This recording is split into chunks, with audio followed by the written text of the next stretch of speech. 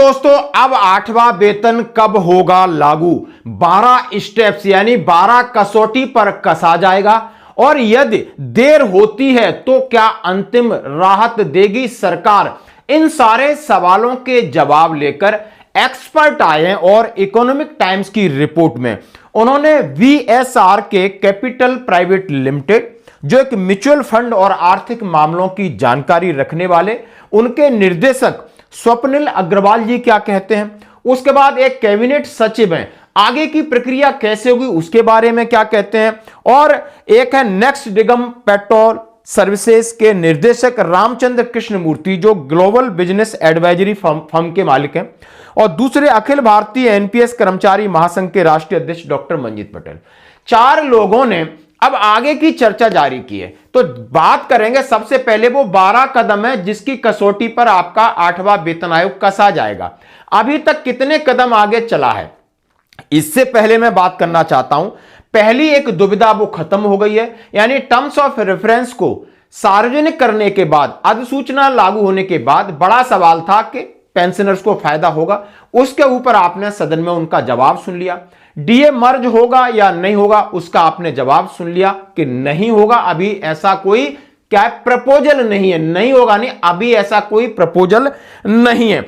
अब बात आती है, क्या अंतरिम राहत दे सकती है सरकार? बिल्कुल दे सकती है। 5वें वेतन आयोग लागू होने में लगभग 3.5 साल का समय सरकार ने लिया था और 2 बार अंतरिम राहत दी थी, तो यह संभावनाएं खुली हैं, क्योंकि अभी 18 महीने का समय दिया है आयोग को। आयोग ने कितना काम कर लिया है, क्या क्या काम होगा 18 महीने में, आखिर क्या पॉलिटिकल इवेंट्स है, यानी उत्तर प्रदेश का चुनाव है, तो उससे पहले आयोग अपनी सिफारिशें देगा, सरकार फिर उसको कब लागू करेगी, सरकार लागू करने के और सिफारिश देने के बीच में क्या क्या काम करना पड़ता है, क्या लोकसभा चुनाव तक जा सकता है 2029 तक, इस संभावना के को भी इंकार नहीं किया। यदि 2029 तक जाएगा तो आपको अंतरिम राहत मिलेगी, यानी कोई ना कोई आपको एक्सट्रीम रिलीफ मिलेगा ही मिलेगा, यानी सरकार पॉलिटिकल माइलेज, पॉलिटिकल एडवांटेज लेगी, आपको निराश नहीं करेगी किसी भी स्तर पर। यह बात पक्की है और इन्हीं सारे सवालों के जवाबों को लेकर मैं आपके साथ हाजिर हुआ हूं। सबसे पहले मैं बात करूंगा कि रामचंद्र कृष्ण मूर्ति ने जो 12 स्टेप बताए हैं, आखिर वो क्या है, वो आपके सामने रखना चाहता हूं। सबसे पहले उन्होंने बोला अधिसूचना के माध्यम से वेतन आयोग का गठन, जो हो गया, यानी गवर्नमेंट नोटिफिकेशन निकल गया। मंत्रालयों से डेटा और इनपुट एकत्र करना, यह डीओपीटी पहले ही कर रही थी, यानी डीओपीटी ने अपना 8वां वेतन आयोग की सेल ने सबसे डाटा ले लिया था, 15 अप्रैल तक लगभग डाटा हो गया था। अब क्या होगा, अब बातचीत होगी, बैठकें और सार्वजनिक परामर्श होंगे। अब क्या होगा, 2 चीजें हो चुकी हैं, अब तीसरा स्टेप ये है जो वेतन आयोग करेगा कि सबसे बैठकें करेगा, परामर्श लेगा। इसके बाद क्या करेगा, वेतन आयोग आंतरिक विश्लेषण करेगा और सरकार को सिफारिशों का मसौदा तैयार करेगा, यानी उसको एनालिसिस करेगा। अब उनको अच्छे से एनालिसिस करेगा, फिर व्यय प्रभाव का आकलन, यानी कितना फाइनेंशियल बर्डन होगा उसका आकलन ये आयोग करके आगे दे, फिर सरकार को अंतिम रिपोर्ट प्रस्तुत करना। अब सरकार को अंतिम रिपोर्ट प्रस्तुत करना, इसके लिए उनको समय मिला है 18 महीने, और 18 महीने आपके खत्म होते हैं लगभग जाकर के फरवरी और मार्च 2027। अब 2027 में क्या है, एक पॉलिटिकल इवेंट है, जो उत्तर प्रदेश बड़ा राज्य और बड़ा चुनाव, वहां पर योगी सरकार है, माना कि चुनाव होते हैं और सरकार के पास ये रिपोर्ट पहुंच जाती है, फिर सोशल मीडिया पर बहुत सारी खबरें चलेंगी कि अब फिटमेंट फैक्टर क्या होगा, बढ़ेगा कितना, तो उसका एक पॉलिटिकल माइलेज एडवांटेज वो लेगी। माना कि मैं कह रहा हूं सरकार जीत जाती है उत्तर प्रदेश में, फिर भारतीय जनता पार्टी या उनके सहयोगियों की गवर्नमेंट बनती है। अब उसके बाद 2027 के बाद सरकार का काम क्या है, यानी सरकार का काम क्या है, सचिवों की अधिकार प्राप्त समिति ईसीओएस का गठन करेगा, यानी सेक्रेटरी जितने विभाग हैं उनका एक गठन करेगा। अंतर मंत्रालय परामर्श, जितने आपके मंत्रालय हैं उनका एक कोऑर्डिनेशन होगा, परामर्श होगा। उसके बाद आर्थिक मामलों की कैबिनेट एक समिति बनाई जाएगी, यह सरकार का काम है, यानी सिफारिशें चली गई, उत्तर प्रदेश का चुनाव जीतेगा, अब सरकार क्या करेगी, आर्थिक मामलों की कैबिनेट समिति बनाई जाएगी, वो समीक्षा करेगी, फिर अंतिम कैबिनेट अनुमोदन, यानी पूरा कैबिनेट इसका अनुमोदन देगा, यानी आगे फिर फाइनली माननीय प्रधानमंत्री की तरफ जाएगा। फिर होगा पास होगा तो अधिसूचनाएं और सरकारी आदेश जारी करना, राज्य सरकार और स्वायत्त निकाय अनुकूलन। यानी ये 12 स्टेप हमने बताए, तो आपके 6 स्टेप खत्म हो जाते हैं 18 महीने में, जो आयोग करेगा और 6 करेगी फिर सरकार, और बीच में आ जाते हो चुनाव। अब आगे के जो सरकार 6 स्टेप जो लेगी, उसके बीच में सरकार ये समय मिनिमम 6 महीने का है, बोलते हैं 6 महीने मिनिमम सरकार लेगी।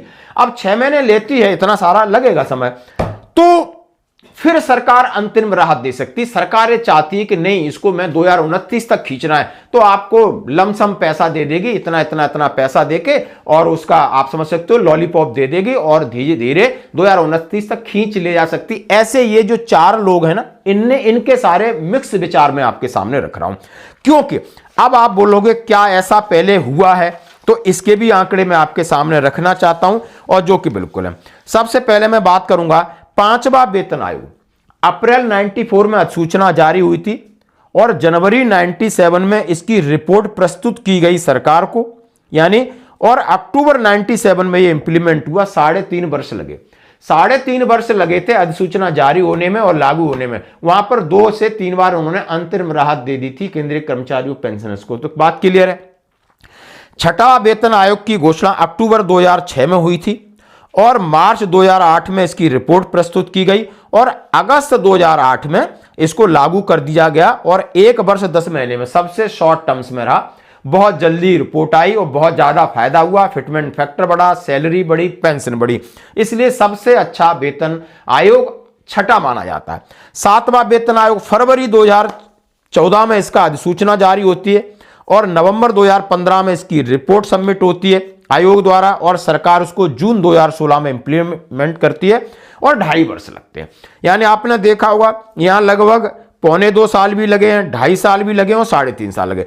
यानी ये एवरेज यदि आप टाइम निकाल सकते हो तो इतना लगता है। तो सरकार ने अधिसूचना जारी करने से पहले बहुत सारा काम हो गया था, जब जनवरी में इन्होंने वर्बल ऑर्डर दिया था।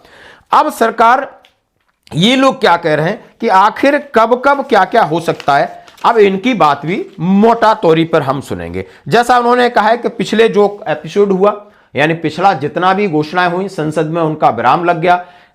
अब 8वां वेतन आयोग की सिफारिशें लागू करने में सरकार को कितना समय लगता है वो हमने आपको बता दिया बिल्कुल।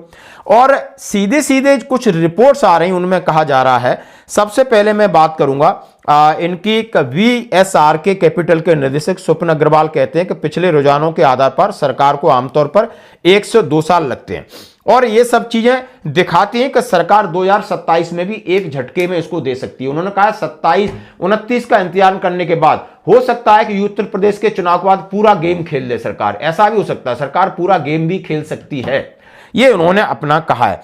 और दूसरा कहा, एक प्रमुख केंद्रीय सरकारी श्रमिक संघ के सचिव ने नाम न छपने की शर्त पर उन्होंने कहा है कि आयोग की सिफारिशें 2 साल से अधिक समय लागू की जा सकती हैं, और उन्होंने कहा है अपना कार्य, सीधा सीधा उन्होंने ये भी कहा है कि समय ज्यादा भी लगा जा सकता है। जब सरकार अपने पास इस रिपोर्ट की रखेगी, अध्ययन करेगी, यानी आयोग दे देगा, फिर सरकार देखेगी हमें इसका कैसे और कहां फायदा लेना है, और वो अपना इसके लिए उन्हें 3 साल भी लग सकते, 3 साल तक जा सकता है, 2029 तक जा सकता है। यह उन्होंने कहा है 2029 तक जाएगा, क्योंकि चूंकि वेतन आयोग की सिफारिशें बड़े राजकोषीय परिणाम, वेतन, पेंशन, भत्ते आज सारे शामिल होते हैं, और वित्तीय व्यवस्था के हिसाब से सरकार अपना मंथन करेगी, और उसमें इंटरिम रिलीफ भी दे सकती है और आगे ले जा सकती है। ये दूसरा सचिव कह रहे हैं, इन्होंने कहा है। अब आप देख सकते हो तमाम तरह की अटकलें।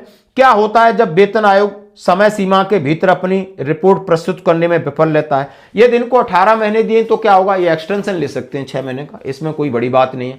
सरकार चाहेगी या सरकार का अंदर का प्लान हो थोड़ा डिले करने का, तो ये एक प्रावधान है। कर्मचारी संगठन के सचिव का कहना है कि वेतन आयोग केंद्र सरकार के समय देने का अनुरोध कर सकता है, और सरकार उसको 6 महीने बढ़ा सकती है, जैसा कि 5वें वेतन आयोग में के दौरान कर्मचारियों को 3 बार अंतरिम राहत मिली थी, और 2 बार बढ़ाया गया था, 2 बार समय बढ़ाया गया था और 3 बार अंतरिम राहत मिली। तो क्लियर बात है। क्या फरवरी 2027 में यूपी विधानसभा चुनाव से पहले 8वां वेतन आयोग लागू हो सकता है? अग्रवाल का कहना है कि चुनाव खासकर फरवरी 2027 में होने वाले उत्तर प्रदेश विधानसभा चुनाव जैसे बड़ा स्टेट है, वो समय को प्रभावित करने रखते हुए राजनीतिक लाभ लेने के लिए कुछ भी संभव है। इसलिए संभावना है कि सरकार इसे फरवरी 2027 से पहले लागू कर दे। इससे जनता की भावनाओं पर सकारात्मक प्रभाव पड़ेगा और सरकार के पक्ष में काम होगा और उनकी सरकार बन सकती है। वेतन आयोग के पास अंतरिम रिपोर्ट प्रस्तुत करने का अधिकार, यानी सारी संभावनाओं को इन लोगों ने कहा है कि हो सकता है। लेकिन यह बात उन्होंने कहा है, आप पूरा देख सकते हो कि सरकार अपने तरीके से, यानी जैसा कि आपने देखा होगा एक अमेरिकी कंपनी ने एक रिपोर्ट में दावा किया था कि गवर्नमेंट भारत सरकार है इस बार केंद्रीय कर्मचारी पेंशनरों को बहुत अच्छा फिटमेंट फैक्टर देने जा रही है। और इससे उन्होंने कहा है कि जो मिडिल क्लास के लोग हैं, जो उनके पास पैसा जाएगा तो बाजार में ज्यादा निवेश करेंगे तो सरकार का रेवेन्यू यानी आर्थिक गति मिलेगी। और जैसा कि सरकार जीएसटी के अंदर आपने देखा होगा 2 स्लैब किए हैं, इन टैक्स में 10 की जगह 12 लाख के हैं, तो सरकार का गेम है। सरकार बहुत ज्यादा स्टडी कर चुकी है इसके ऊपर। अब सरकार धीरे धीरे जिस तरीके से अपने पत्ते खुल रही है उससे हमें लगता है कि आपको और हमको निराशा नहीं होगी, ये बात पक्की है। लेकिन सरकार पहले एक मीडिया का भूमिका बनाती है, बहुत सारे सवाल उछलते हैं, सबको सस्पेंस क्रिएट करती है, फिर उस सस्पेंस को खत्म करने के लिए फिर एक स्टेटमेंट आता है और फिर नई नई चीजें होती हैं सरकार में। आपने काम करने का तरीका आपने देख लिया होगा। तो दोस्तों ये थी एक रिपोर्ट। धन्यवाद।